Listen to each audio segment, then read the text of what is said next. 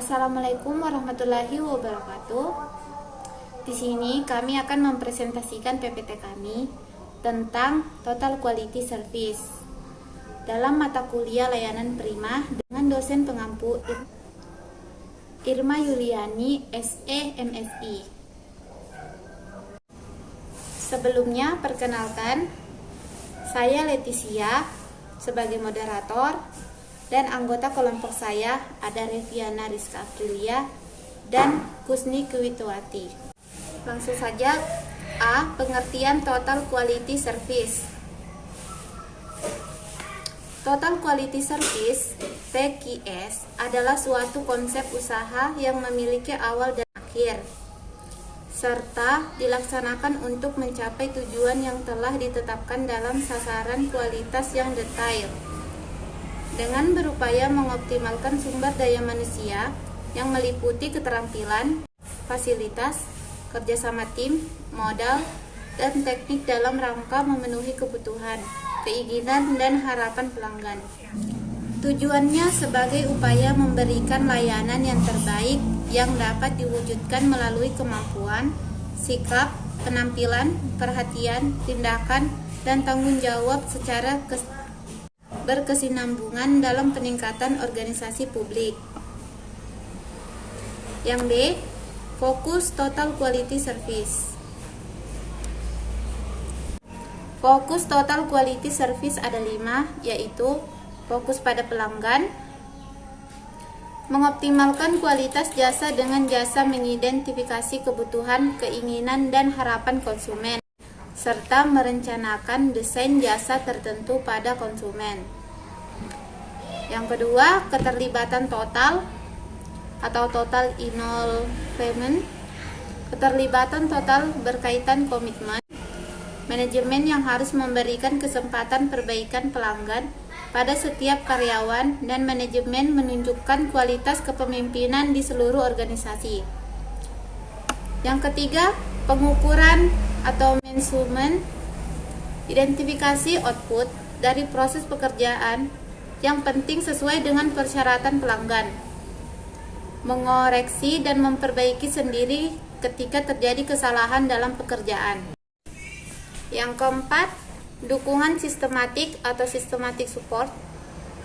Manajemen bertanggung jawab untuk membangun infrastruktur kualitas ke dalam struktur manajemen internal, menghubungkan kualitas dengan sistem manajemen yang ada seperti manajemen kinerja, penghargaan, reward, dan promosi serta komunikasi.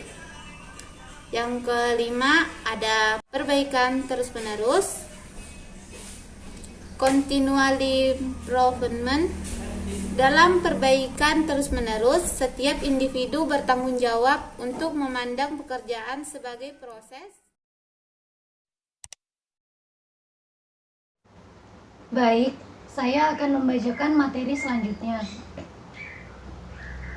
Untuk menciptakan suatu gaya manajemen dan lingkungan yang kondusif bagi perusahaan jasa, untuk memperbaiki kualitas, perusahaan harus mampu memenuhi 6 prinsip utama. 6 prinsip pokok menurut Watkins, yaitu 1. Kepemimpinan, 2. Pendidikan, 3. Perencanaan, 4. Review, 5. Komunikasi, 6. Penghargaan dan pengakuan atau total human rewards. Selanjutnya, C. Fokus pada kepuasan pelanggan perguruan tinggi. Pelanggan adalah orang yang menuntut kita atau perusahaan untuk memenuhi suatu standar kualitas tertentu, dan karena itu akan memberikan pengaruh pada performance kita atau perusahaan. Manajemen perusahaan L.I. Bean Reinforcement memberikan beberapa definisi tentang pelanggan, yaitu pelanggan adalah orang yang tidak tergantung pada kita, tetapi kita yang tergantung padanya. Pelanggan adalah orang yang membawa kita kepada keinginannya. Tidak ada seorang pun yang pernah menang beradu argumen dengan pelanggan. Pelanggan adalah orang yang teramat penting dan harus dipuaskan. Kepuasan. Untuk memberikan kepuasan kepada pelanggan, terlebih dahulu kita harus mengidentifikasi pelanggan. Identifikasi pelanggan perguruan tinggi dan kebutuhan mereka merupakan aspek krusial. Karena hal ini menyangkut pada kepuasan pelanggan, Lewis dan Smith mengajukan kerangka definisi pelanggan yang ditinjau dari 3 perspektif, yaitu pelanggan internal, pelanggan eksternal langsung, dan pelanggan eksternal tidak langsung. Prinsip dasar kepuasan pelanggan. Karena fokus kualitas adalah kepuasan pelanggan, perlu dipahami komponen-komponen yang berkaitan dengan kepuasan pelanggan. Pada dasarnya, kepuasan pelanggan dapat didefinisikan secara sederhana, yaitu suatu keadaan di mana kebutuhan, keinginan, dan harapan pelanggan dapat dipenuhi melalui produk yang dikonsumsi. Karena kepuasan pelanggan tergantung pada perspektif dan ekspektasi mereka, kita sebagai pemasok produk perlu mengetahui beberapa faktor pengaruh hal tersebut. Pengelolaan kualitas jasa. Cara utama mendiferensiasikan sebuah perusahaan jasa, atau dalam hal ini lembaga perguruan tinggi, adalah memberikan jasa berkualitas lebih tinggi dari pesaing secara konsisten. Kuncinya adalah memenuhi atau melebihi harapan kualitas jasa pelanggan sebagai sasarannya. Ada 8 dimensi kualitas yang dikembangkan Garvin dan dapat digunakan sebagai kerangka perencanaan strategis dan analisis, yaitu kinerja, ciri-ciri atau keistimewaan tambahan, keandalan, kesesuaian dengan spesifikasi, daya tahan, serviceability, estetika, kualitas yang dipersepsikan. Baik, di sini saya akan menjelaskan tentang 4 karakteristik pada jasa. Yang pertama ada intangibility, yang kedua ada inseparability, yang ketiga ada variability, yang keempat ada perishability. Konsumen. Untuk mengetahui dimensi kualitas organisasi atau lembaga pendidikan perlu melakukan riset konsumen. Dalam riset konsumen tidak akan terlepas pada kata perilaku konsumen.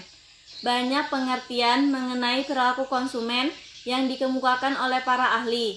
Salah satunya yang didefinisikan oleh Engel DKK yang mengatakan bahwa perilaku konsumen didefinisikan sebagai suatu tindakan yang langsung dalam mendapatkan, mengkonsumsi, serta menghabiskan produk dan jasa, termasuk proses keputusan yang mendahului. Faktor yang mempengaruhi perilaku konsumen ada 2, yaitu faktor sosial budaya dan psikologi. Selanjutnya, perilaku konsumen tadi sangat menentukan dalam proses pengambilan keputusan membeli yang tahapnya dimulai dari pengenalan masalah, yaitu berupa desakan yang mengakibatkan tindakan untuk memenuhi dan memuaskan kebutuhannya. Kemudian, tahap mencari informasi tentang produk atau jasa yang dibutuhkan, yang dilanjutkan dengan tahap evaluasi alternatif yang berupa penyeleksian. Tahap berikutnya adalah tahapan keputusan pembelian, di mana membeli lagi atau tidak tergantung dari tingkat kepuasan yang didapat dari produk atau jasa tersebut. Beberapa hal yang perlu dicatat dari jasa lembaga pendidikan tinggi. Yang pertama, perguruan tinggi termasuk ke dalam kelompok jasa murni atau pure service, di mana pemberian jasa yang dilakukan didukung alat kerja atau sarana pendukung semata, seperti ruangan kelas, kursi, meja, buku-buku. Yang kedua, jasa yang diberikan membutuhkan kehadiran penggunaan jasa atau mahasiswa. Jadi, di sini pelanggan yang menangani lembaga pendidikan tersebut untuk mendapatkan jasa yang diinginkan. Meskipun dalam perkembangannya ada juga yang menawarkan program distance learning, universitas terbuka, kuliah jarak jauh, dan lain-lain. Yang ketiga, penerima jasa adalah orang.